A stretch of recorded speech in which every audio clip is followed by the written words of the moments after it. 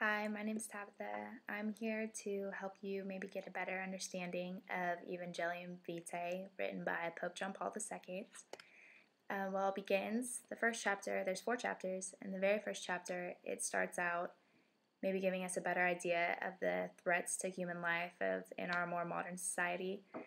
For example, hunger, disease, abortion, which in itself is a weakness for them, and they are helpless. They can't do anything about it.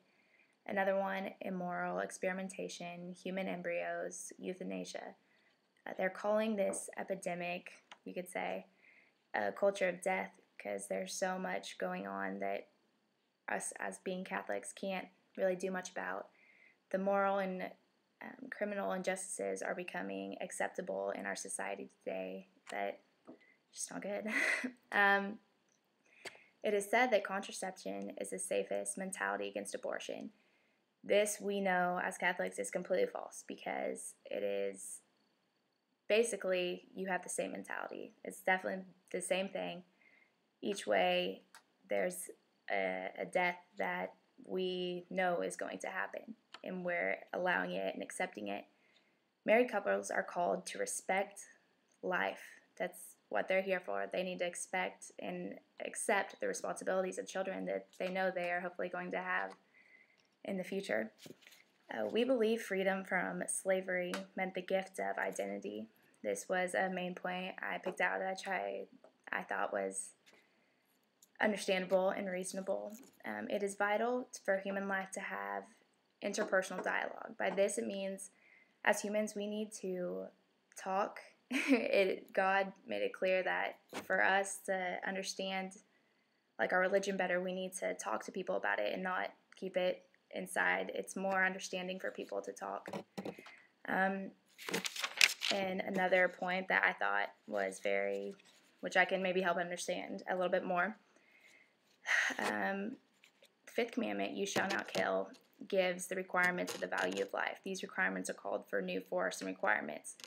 With this epidemic we're going through right now, there is death often. We can't do much about it. As humans, our highest responsibility is procreation and marriage. And this is why I said parents, it's their requirement, it's their responsibility to have children. They oftenly, there are even within marriage couples, they aren't accepting their responsibilities. They're staying on contraception. They just aren't open to their actions, their responsibilities, the consequences of their actions, yet they're still doing them. To kill a human, you're killing someone in man's own likeness. We are called to protect our own life and not harm others. This within itself I thought was pretty explanatory. I pulled it out because we are, even with the 5th commandment, killing yourself, killing others, or killing yourself. You're harming someone or yourself, and I thought that I need to explain that if you kill someone else, obviously horrible, you're committing a moral sin either way. But also, if you kill yourself, you're rejecting the love of yourself, which is really the same thing, I believe. In another term, a father, which I don't say they point out, I don't hear this very often, which I pulled this out, but a father is also to blame in an abortion. I don't hear that very often, but it's very true. John Paul pointed this out.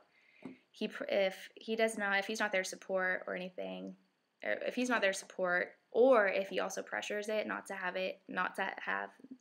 pressures the mother not to have the baby, it is just as much his fault as it is the woman's when it's an abortion. And I thought I need to point that out because you don't hear that in the society very often. It's common often that they blame the mother, but also it's the dad's fault too.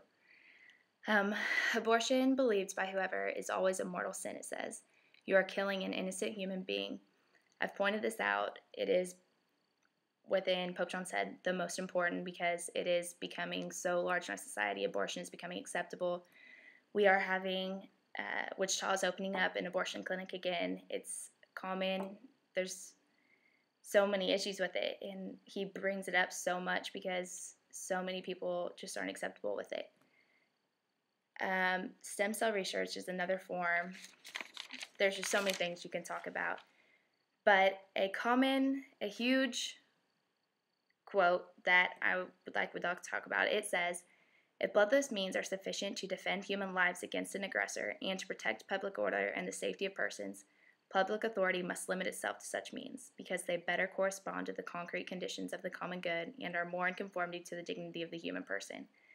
In other words, we must protect our public order, and there are options so the blood is not shed. Like, we must protect our public order.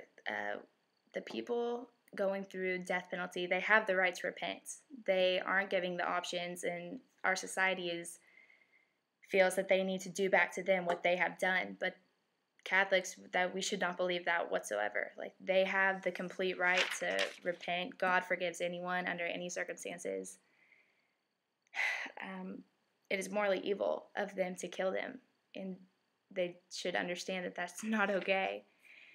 In conclusion, hostility of our powers is evil. We conquer this, anything we do, through prayer and worship. It is through the flesh Christ still reveals himself. We can do anything we believe, anything that is possible through prayer and worship. Absolutely anything. And we need to remember this always. So, thank you. I appreciate it.